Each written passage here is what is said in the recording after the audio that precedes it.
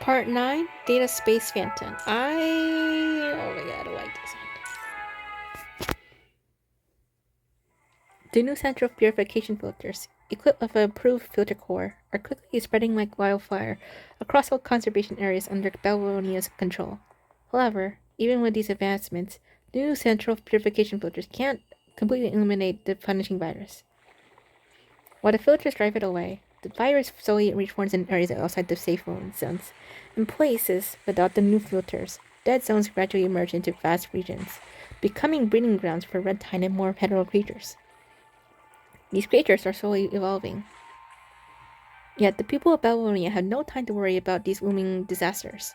The elites have enormously shifted their focus from external threats to internal affairs, specifically fixating on information leaked from Gestalt. More precisely, they're obsessed with the timestamp attached to that information. There's nothing in Gestalt that corresponds to this timestamp. Hunched over the console, Teddy explains to the person beside them without looking back, their hands never pausing as cascading data and culprit command windows flash on the screen. So, the problem is that Gestalt has a bug? If that were the case, the response team would have to act more to handle the chaos this bug would cause throughout Babylonia. It's not a bug. Someone's already pinpointed its time period. I'm just an unlucky soul who got stuck with the mission of tracing this timestamp back to its original coordinates. Not gonna lie, from Teddy's chapter, not gonna lie, it was kind of, I guess you could say a little bit sad because with, her siblings and all that, but it was nice, when they're, were reunited and finally her little sister made a choice that, like, is against, the grandfather, because not gonna lie, their grandfather really suck. I really don't like him. But it's nice that, they were reunited. What do you mean? This thing just doesn't exist before the leak. And good luck trying to reverse engineer it with conventional methods once intercepted. Its origin is pretty obvious then. Oh, I didn't realize it's 40% already, I'm sorry. The space flurry of activity finally dies down. Teddy lets a slow breath, taking a moment to rest. Just then, a communication pops out with a note attached to the timestamp. Golden Age. It's straight from the Golden Age. Right out Dominic's impenetrable chasm of zeros, and ones, from beyond the unsolvable data wall inside Gestalt. As she speaks, Teddy glances at the persistently flashing communication alerts and lets out a derisive snort. Parliament erupted the moment this news hit. Public pressure, directed demands, pulling every personal favor they could. These politicians had thrown more tactics at me than there are antivirus programs, all to push me into finding a breach in that wall. And then escorted their technicians inside. Memory surface of the scene witnessed when connected with Teddy, that bizarre space existing within Gestalt, the data wall stretching endlessly from ground to sky. Does that thing really have a breach? And even if it does, would anyone even be able to get through? No, my professional assessment is no, but unfortunately, nobody's going to listen to me. She shrugs, her eyes glued to the terminal screen in front of her.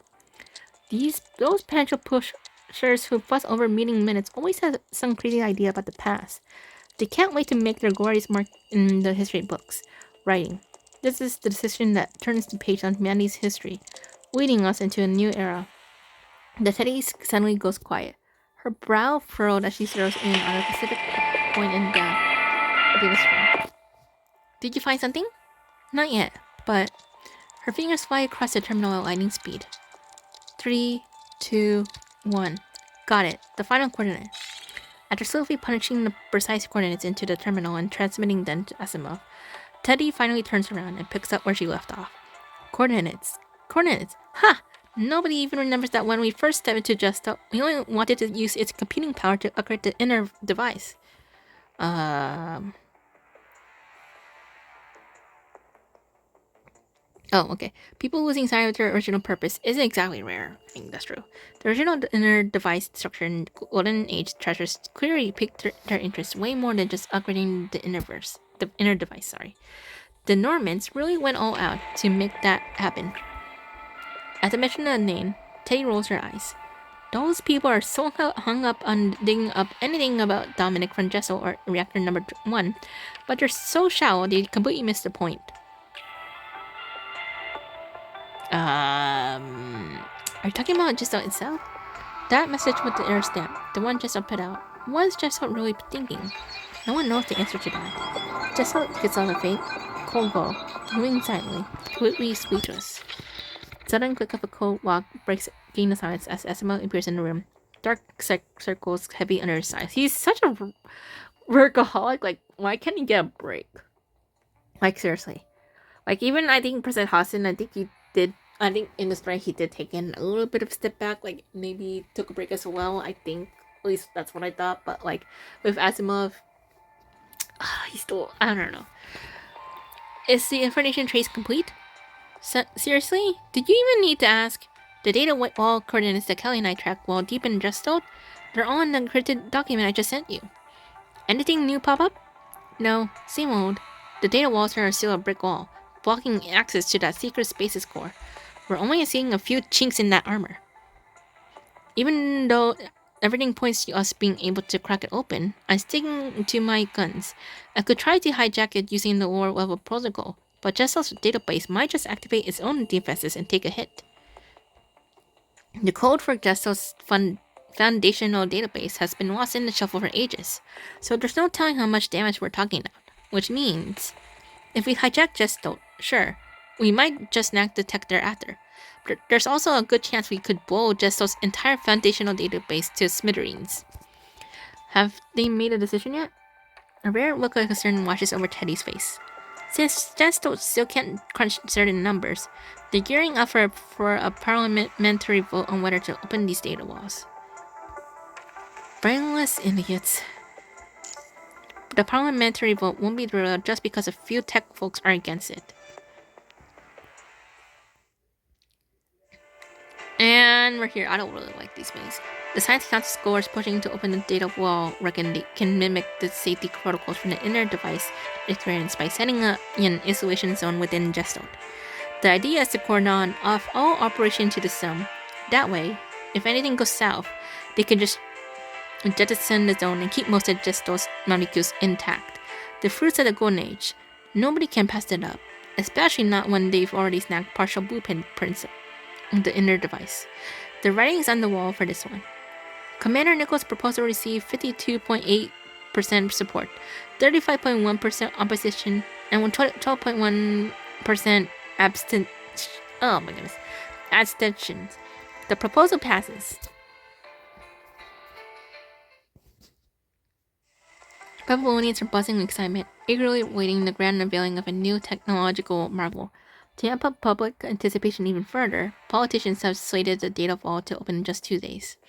Meanwhile, far from the celebrity hubbub, you, Asimov, and Teddy are holed up in Science Council laboratory. You couldn't care less about the festivities. Your focus is on cracking open Dominic's mysterious invitation. There. That should do it. Teddy gets the last 2 screens on the peculiar machine a final trident with a wrench before dusting off her hands with a satisfied flourish. Have a seat and put this on. Asimov are hooking the invitation up to this full sensory simulation device. Then you'll be able to access the information inside. Are you sure this will work? Sure you can. Asimov expects the terminal connected to the machine as he begins to explain.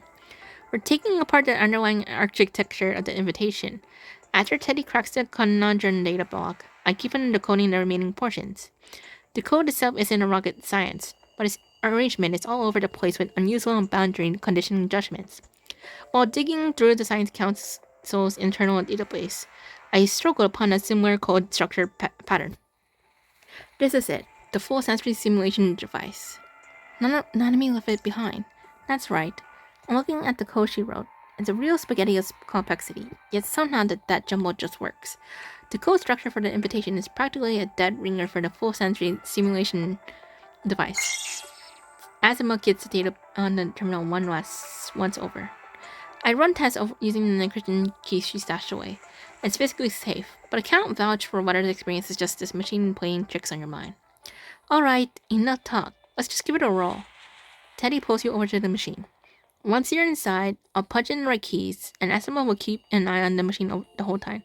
If anything goes south, we'll yank the plug immediately. Don't sweat it, you're totally safe. I trust you.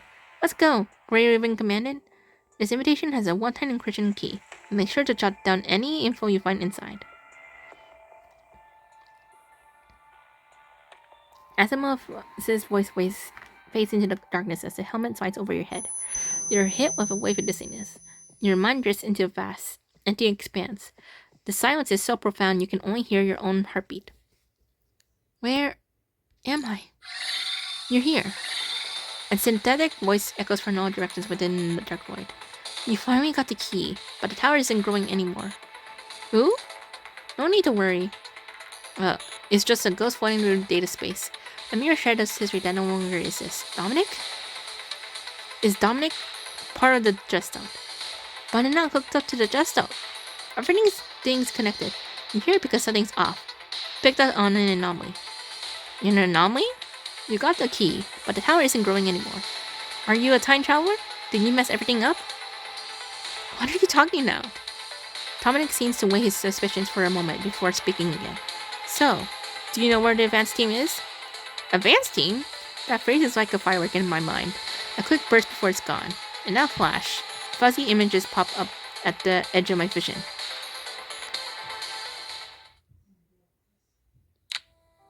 Madman, covered in white mist, slumped on the couch, sorting out his suicide mission note. Alright, you handled all the infected within your reach. Keep the force field equipped protected suit on. Welcome to the advanced team. What the heck? How can I don't remember any of this? Not gonna lie. I hope doing well, Prophet Trout. Our current technology has its limits. My consciousness is cluttered with too many other voices, but digitizing remains essential. You're looking for someone to take over Agent Zero's authority, and I'm curious to see what possessing each such power is like. But first, one must shed their human form. These sit-ins of yours, they are remarkably similar to the effects of Agent Zero's authority. There are no secrets about you I don't know. Then it means you eventually merge with Chaos and taking Agent Zero's place. I don't think... No, we didn't? I feel like he doesn't even know about the... Ishmael, but okay. The hazy visions gradually fade, leaving only an empty darkness before me. I'm sorry, but I don't know anything about Advanced Team. Even though the invitation came from anonymity, revealing what I know to someone whose identity is unclear will be unwise. So you're not a time traveler after all? But the new central verification filter score clearly has tech from way further in the future. The data ghost mutters to itself. You're Dominic. How could you not know this stuff? Dominic was never a know-it-all. Besides, it's just the echo of Dominic's cautiousness, left behind before he went to Reactor 1. Where's the real Dominic? The real Dominic might still be kicking around in the fog. You just said he went to Reactor 1. The one in Reactor 1 is just the final Dominic. What? I'm so confused. What a confusing way to peel it. It's a pretty tangled story. Figure out what to share with you right now. The air hangs heavy for a moment before the voice in the void slowly speaks. Dominic leads the advanced team into the Herald Heat Tower. After recycling his core, he vanishes into the fog. Through an invitation, he picks inheritors into this world. These successors could take on the Dominic identity, throwing themselves into unearthing deeper secrets within the mind and pushing back the punishing virus. But after a certain point, no messages from Dominic have come through for ages. So, no one can confirm Dominic's current status. You just mentioned the fog. What kind of place is that? The fog is a space inside the Herald Heat Tower. A long time ago, Dominic left behind coordinates to spot in the fog that could receive messages. Based on our calculations, that location should be where the Herald Tower manifests. Oh my god, I don't really want to go back in there and again. Now, since the Herald Tower isn't showing up, the fog is actually impossible to enter. Who's doing these calculations? About the Gesto. After we discovered the Herald Tower hadn't appeared, and Gesto ran the numbers. The results suggest someone from the future might reverse time, stopping the Herald Tower from going, which is obviously Ishmael, which I'm thankful for that. Ishmael, and also I think Ishmael mostly, and then also a little bit, Nanami did help as well, so. Used to think the time travelers on the advanced team had pulled off.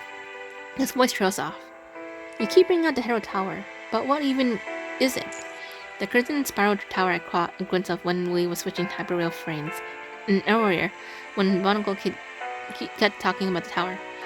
If all these towers are actually the Hero Tower, then what kind of thing could it really be? The Hero Tower. He seems a bit uneasy, pausing for a moment before slowly starting to talk.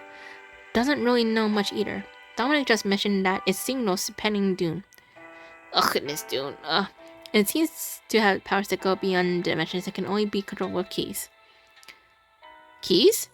The invitations are just one piece of the puzzle. Their whole point is to wreck the Hero Tower's core and then recycle it. For more information, Dominic himself is the only one who knows. Dominic lets out a soft sigh, and silence fills the air once more. So, these invitations are just to clue me in on all this? Not entirely. This info is actually a bonus. Only loaded this invitation with extra data after realizing the Hero Tower hadn't showed up. Originally, the invitation was simply a way to pass on knowledge. Dominic picks a spark and sends it out. Whoever catches it becomes a new Dominic, tasking with bringing humanity glory. Way down the line, they're all supposed to add their own data to this invitation, then pass it on to future Dominics. But now, would you be up for becoming the new Dominic? Ugh, I don't want to. The digital specter, calm as ever, slowly lays out its weighty proposition. To become the new Dominic, to embrace history's call, to sculpt the new future. And the answer? No, I refuse. There's hardly a pause, not a caution or a fear of responsibility. Even if everything this entirety describes rings true, you simply cannot take the bait. Does the arrow even need a Dominic? No. Should I say? Dominic has already done what history asked. You look the ancient being squarely in the eye and speak softly. History should only serve as a warning and an inspiration. Our job now is to make our own choices and push forward. Simply carrying on the past wishes isn't the same. The key to breaking free from our current bind lies in the present. Ah, so that's your choice? The last sentence came so spoken, yet Dominic gets it. A voice echoes in the void of sadness relief, as Dominic gets a gentle nod. So be it. Time's ticking, and this information will soon vanish. Hidden beneath this invitation is an information black box only you can open. The last known coordinates of where Dominic's messages hit are also tucked away in the information black box. The air around then starts to subtly shake. We're hitting the wall here. Hold on, were you the one who put out those data walls in Gestalt? Yes. What's behind those walls isn't just old Golden Age echoes. Way too much time has passed. Those data walls are falling apart. They're going to crumble eventually, even if nobody tries to open them. Think of it as the last gift to humanity. The sheet working behind the data slowly melts away. It's time to leave. The Hero Tower hasn't shown up. Maybe you'll see a better future.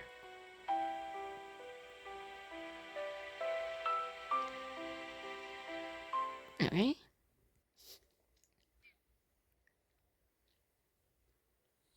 Dominic has laid it all out for me in the invitation. Hero Tower, the fog. As I'm just down these cryptic terminals in this terminal, connecting the dots, trying to make sense of the relationships. I think I'm finally getting it. Brilliant, awesome. First off, there's the Hero Tower, which could be a harbinger of disaster. Its appearance is an Crimson Spiral Tower. Most likely dates back to Dominic, the one they call the Primordial One.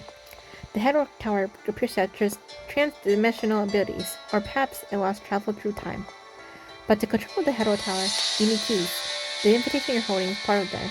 The other part remains a mystery to us. So based on what you saw, Dominic's explanation on what Bonobo told us, what did you do to that tower? Ascending the tower of a mortal body? That's impossible. After we discovered Hero Tower hadn't appeared, and just ran out the numbers, the result suggests someone from the future might live for the first time, stopping the Hero Tower from growing. Doesn't really know much either. Dominic just mentioned that it signals impending doom. It seems to have powers that go beyond dimensions and can only be controlled with keys. As someone speaking in a grave tone in a dimly lit room, the Hero Tower was originally supposed to show up in this world at a specific point in time. Ugh, I don't want. The sudden deja vu I had during the hyperreal frame replacement flashes vividly in my mind. Was that the moment? The time the Hero Tower was supposed to appear? It seems ever since then, my deja vu visions have been getting weaker further from when actually happens. Whether it's the spiritual force that never appeared, or Storehold's testament I had received unexpectedly. For some reason, Simba types a long question mark onto a blank document in his terminal. Something external messed with things, and the little how it just never showed up.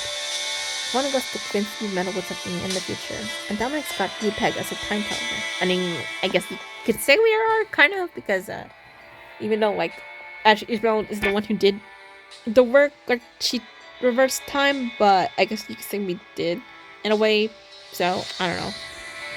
So, did you actually pull some strings in the future? Oh my god, this is so crazy. You mean me? But I'm just a human. It wouldn't even take much. A tiny bit more of that punching virus and I'd be a goner. My whole body running away. Besides, if I really did something big in the future, why wouldn't I have just killed Vonnegut? Maybe because you twisted the future, not the past. Remember those war after effects we talked about in the meeting, right before you saved Selena from the time prison? The mind beacon went haywire because of those war after effects. Could that have been the moment your future self popped back then? That's impossible. In science, even the crazy ideas are fair game, and that's true.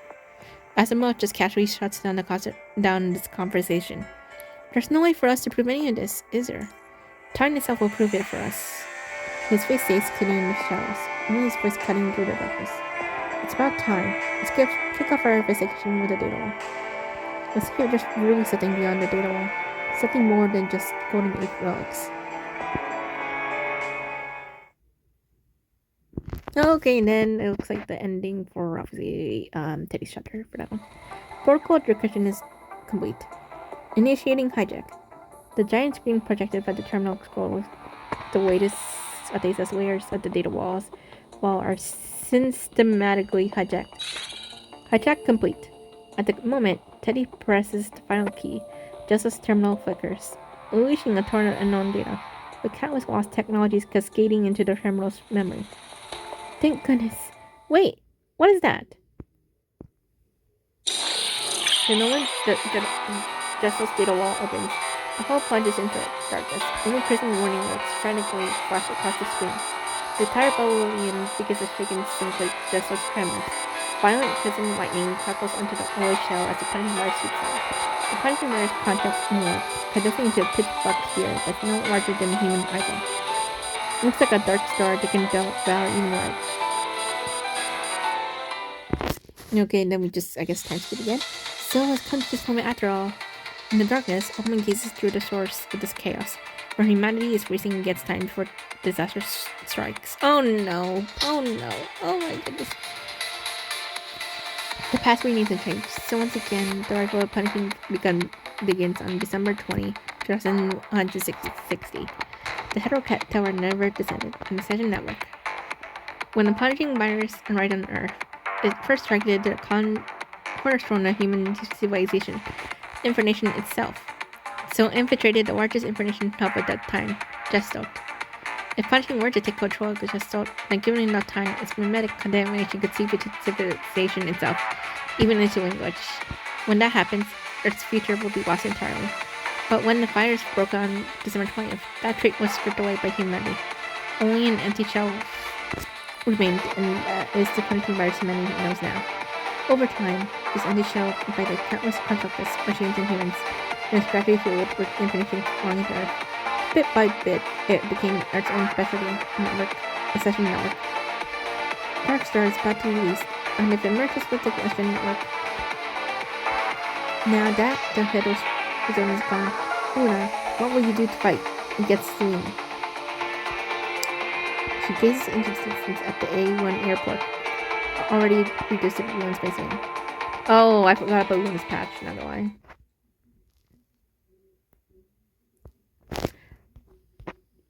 Is this the place?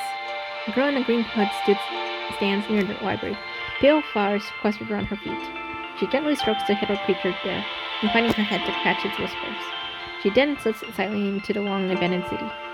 This is the graveyard of a collapsed civilization. This is a story of civilizations. They fall, rise, and then fall again. There is always a pattern to fall. Standing before the shattered library entrance, she gazes up at the towering guardian robot. So, what happens next? What's my script? A gentle breeze sees through the grass and rustles the leaves. No one answers. What's going on? Has my script been interrupted? She's run through these lines countless times here, but no one has ever responded to her voice.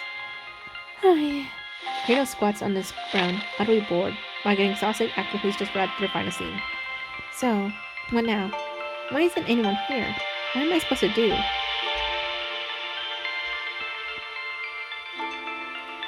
Okay, and then... In the distant room, the merciful one watches everything unfold below.